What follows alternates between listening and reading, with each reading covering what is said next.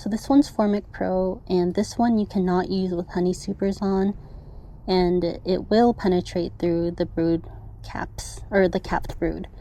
So there's two different options you can do for this FormicPro treatment. So each pack comes with two little pads in here. And option one is you can do 2 strips for 14 days. So you're going to put 2 of these little pads on top of your brood chambers, and you're going to leave it on for 14 days and then take it off. And that's the full treatment. Or option 2 is going to be 1 strip for 10 days, and then you're going to take that off after 10 days, and then you're going to add the second strip on for additional 10 days. So that one is a little bit longer of a process, and you have to keep going into the hive to take it on and off.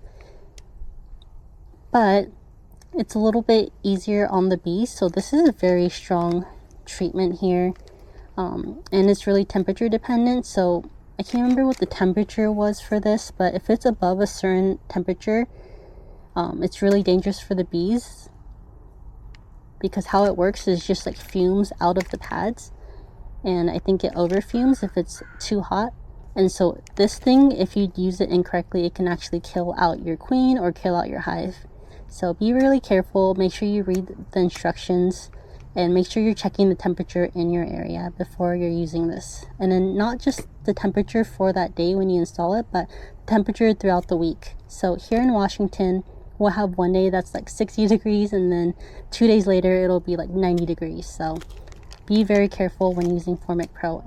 It's still a really good treatment.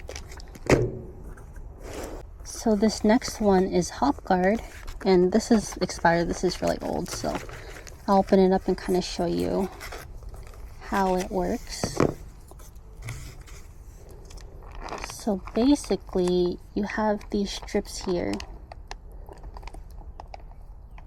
and depending on how many frames of bees you have, you're either going to add 1 strip or 2 strips or more. But you basically want to put these strips over your frame. So if you have a frame here, you're going to put it over that frame that has brood on it. And fair warning, both of these treatments, when you use it, it does affect the brood. So FormicPro, I've had hives that the queen will completely stop laying during the treatment, which isn't a horrible thing, but it does kind of delay the hive. So HopGuard is made from hops, like beer hops, and so it smells just like beer.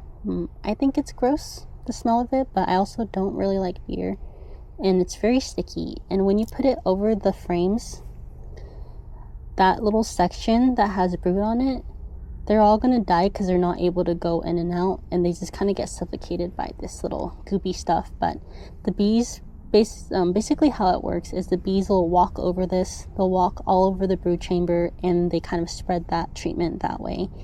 You can use it with honey supers, which is nice.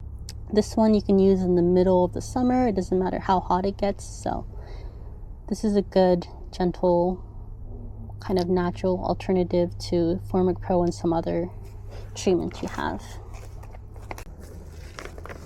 And then oxalic acid, I have a separate whole video about me using it, but this one is also a natural thing you find in nature. So you find it in broccoli and kale and vegetables. So it's naturally found in honey, and so that's why you can use this with honey supers, because it actually doesn't affect the compounds of that honey. I do recommend using gloves and an N95 if you don't want to be breathing in the fumes. It's natural, but it does singe the nostrils a little bit.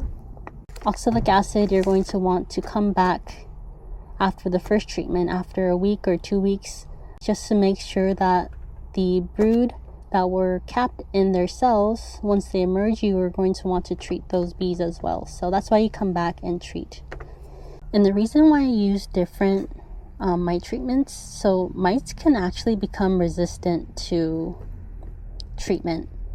And so I don't know if you've heard about this current year's loss of honeybees, but basically what happened was a main commercial treatment that's used in like the honeybee world, so mites have become resistant to that, and so it didn't work, and so a lot of bees didn't make it over the winter.